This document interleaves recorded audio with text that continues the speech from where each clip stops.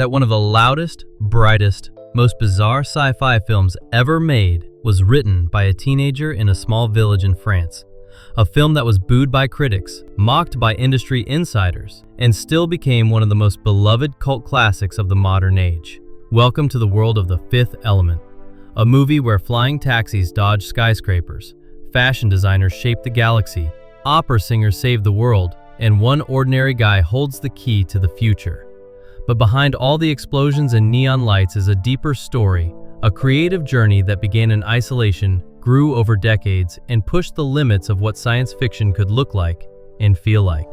Here are 20 jaw-dropping facts you've probably never heard. Let's saddle up. Number 1. Our story begins in the quiet countryside of France, where a young boy named Luc Besson lived a very different life than most future filmmakers. He didn't grow up around cameras. There were no famous actors in his family, no Hollywood connections, just quiet days, long walks, and a vivid imagination. At age 16, Besson began writing stories, but not ordinary ones. These weren't short scripts or school projects, they were worlds. He created alien species, sketched futuristic cities, and invented characters who felt more real than anything in his surroundings. This wasn't a movie yet. It was a private universe, a place to retreat, to dream, to survive the boredom of daily life. That universe would become the foundation for what we now know as the Fifth Element. Number 2.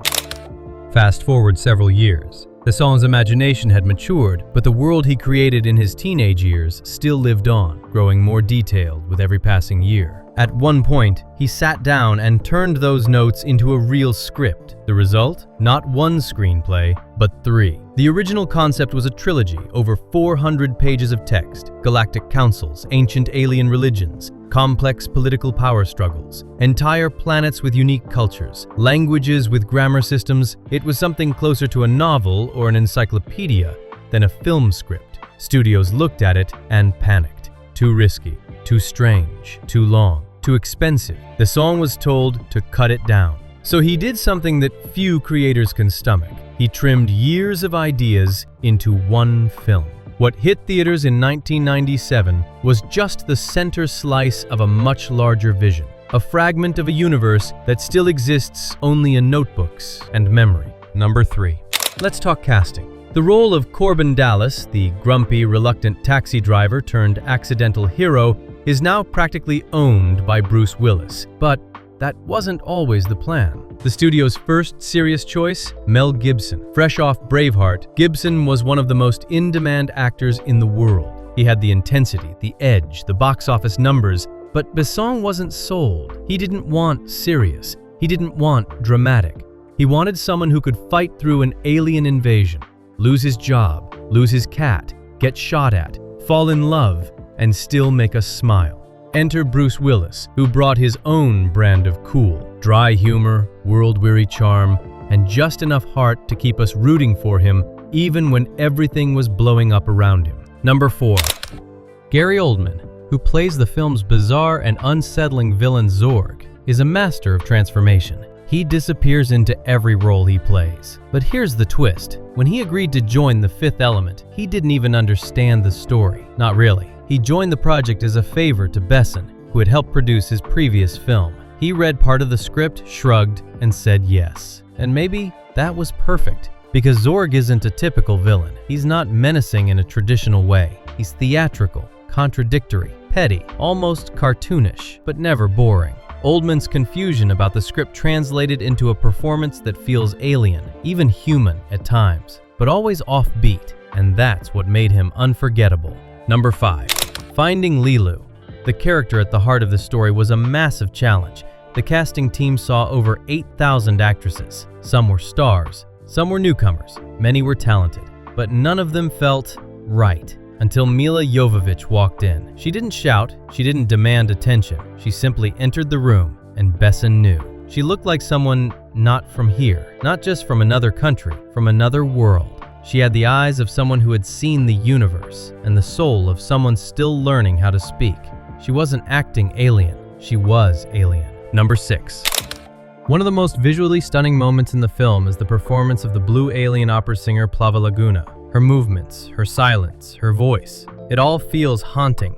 That's not a coincidence. The actress under all that makeup was Maiwen, Besson's wife at the time. But as filming progressed, the director found himself growing closer to Milla Jovovich, who was 20 years old and new to the industry. As they worked together, rehearsed together, and built the film's unique alien language, something changed. By the time production ended, Besson and Maiwen had quietly gone their separate ways. No public drama, just a shift in orbit. In the final cut of the film, two women stand out.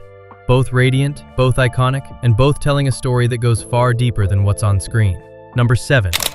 Leelu's alien language wasn't just gibberish made up on set. It was a fully constructed language with its own syntax and vocabulary. Over 400 unique words. Luc Besson wrote the base structure, and Milla Jovovich helped develop it further. They practiced it together, played with its sounds, used it to write each other private messages during the shoot. In the movie, it feels like ancient magic. In real life, it was a shared creative code. Number 8. When Leelu goes full action hero in that now iconic hallway fight, flipping through the air, taking out guards with precision, that's not a stunt double in a wig. That's Milla Jovovich, fully committed to the role. She trained for weeks to master choreography, martial arts, and wire work. She bruised, fell, and repeated take after take to make Leelu believable, not just as a savior, but as a warrior. No shortcuts, no second unit stand-ins. Just one actress pushing the limits of what sci-fi characters, especially women, could be on screen. Number 9. Zorg's absurd all-in-one weapon. Flamethrower, net launcher, poison darts, tracking bullets. Seems like something a comic book villain dreamed up at 3 a.m. And yet, the flamethrower actually worked. The props team built a real version of the weapon for close-up shots, but during one test, the flames shot higher than expected, licking the studio ceiling and causing a minor panic. No one was hurt, but it was a reminder. Even the props in The Fifth Element were as wild and unpredictable as the film itself. Number 10. The large alien species called the Manda shamans look regal and ancient, but wearing one of their suits was closer to punishment than performance. Each costume weighed about 80 pounds, made of dense foam with almost no ventilation. The actors inside could barely move and often came close to overheating. At least one actor collapsed from exhaustion mid-scene and had to be pulled out and revived. So the slow, lumbering alien walk, that wasn't acting, that was survival. Number 11. Let's talk about the loudest man in the galaxy, Ruby Rhod, played by Chris Tucker. Flamboyant, fast-talking, wildly unpredictable, he's either your favorite part of the movie or the reason you watched with your mouth open in disbelief. But here's the thing, his costume, designed by Jean-Paul Gaultier, was one of the most impractical in film history. It weighed over 50 pounds, had a rigid spine, and didn't allow for sitting or bending. Between takes, Tucker had to lean against walls to rest. He couldn't sit, couldn't relax. Yet on screen, he delivers one of the most energetic performances in all of sci-fi. Sometimes the loudest voice comes from the guy who's literally standing because he has no other option. Number 12.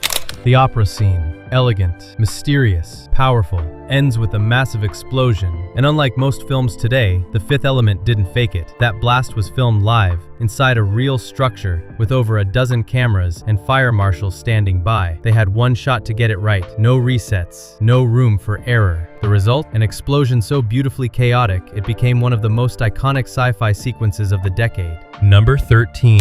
Here's something you might not realize on first watch. Corbin Dallas and Zorg, the film's hero and villain, never share a scene. Not once. It wasn't a mistake or a scheduling issue. Luc Besson designed it this way deliberately. He wanted the two characters to exist in parallel, clashing through ripple effects rather than direct confrontation. It's unconventional, it's risky, but it works. Because in a world this chaotic, conflict doesn't always come face to face. Number 14. Most sci-fi films stick to one rule. The future is cold, metallic, and shadowy. But Besson broke that rule with joy. Instead of hiding in darkness, The Fifth Element is lit with sunshine, neon, and color. Explosions erupt under blue skies, chase scenes unfold in broad daylight. It was a visual risk exposing every costume, every prop, every miniature in full view, but it made the film unlike anything before or after. A future not just imagined, but illuminated. Number 15.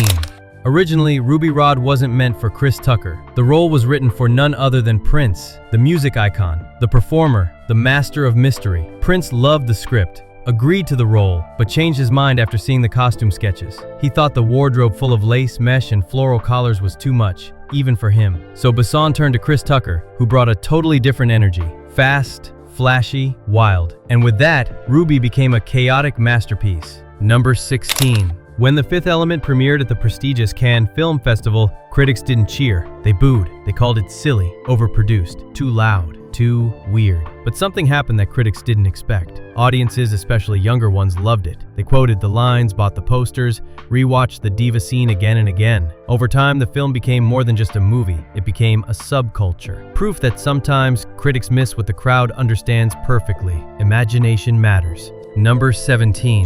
When Luc Besson hired Jean-Paul Gaultier, he didn't just ask him to dress the lead characters, he asked him to dress the galaxy. The result? Over 1,000 unique costumes, each hand-designed. Even the extras in the background. The passengers, the security officers, the hallway workers wore custom pieces built from scratch. It wasn't just fashion, it was world-building through clothing. Each species had a silhouette, a material, a story. Even the clothes helped tell the tale of a universe that was both absurd and beautiful. Number 18.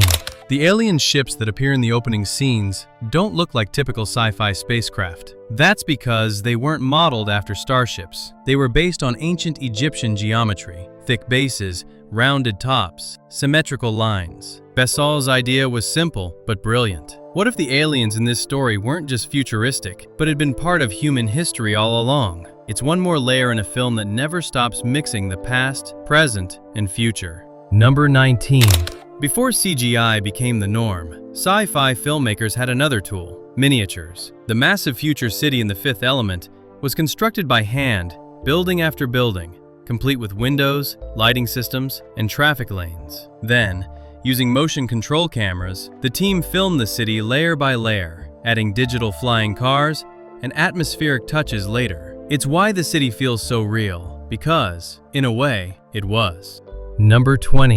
Even though The Fifth Element was financed by French studios and directed by a French filmmaker, the entire movie was shot in English. Why? Because Besson knew that a film this weird, this expensive, and this visually bold needed to reach a global audience. He cast international stars, shot at Pinewood Studios in London, worked with crews from across Europe and the US. In the end, it became France's most expensive film at the time, and one of its most successful exports. Bonus: think about all the iconic sci-fi quotes from the last few decades. "I'll be back," "Use the Force," "Live long and prosper," "Houston, we have a problem." These lines are bold, heroic, dramatic. Now imagine this: Leelu, Dallas, Multipass. A phrase about a futuristic ID card spoken in broken English by an ancient being disguised as a young woman wearing orange bandages. And yet, somehow, this one line became one of the most quoted, beloved, and meme-worthy lines in all of science fiction. So, how did it happen? Let's go back to the moment. Leelu, still adapting to Earth, is trying to prove her identity. She holds up her Multipass, basically a futuristic passport, and repeats the phrase again and again. Multipass, Multipass. It's funny, it's awkward, it's sincere, and it's unforgettable. What makes it work is not the word itself, but everything around it. Mila Jovovich's wide-eyed delivery, Bruce Willis's frustrated reaction, the timing of the scene, the absurdity of the situation. It's comedy without trying to be funny. It's relatable without needing context, and it's repeated just enough times to burn itself into your memory. But beyond the joke, Multipass became a symbol. It became a symbol for the film's tone: quirky, clumsy, heartfelt. Leelu's personality: part innocent, part brilliant, completely alien. The movie's place in pop culture: not too serious, but still serious enough to love. Over the years, Multipass evolved into a kind of fan handshake. If you say it and someone else lights up, you know you found another Fifth Element fan. It's shown up on t-shirts, coffee mugs, laptop stickers, YouTube remix videos, fan films, even tattoos. It has even made its way into other fictional universes, becoming an Easter egg in Borderlands, Cyberpunk 2077, and more. The wildest part? The writers didn't mean for this to happen.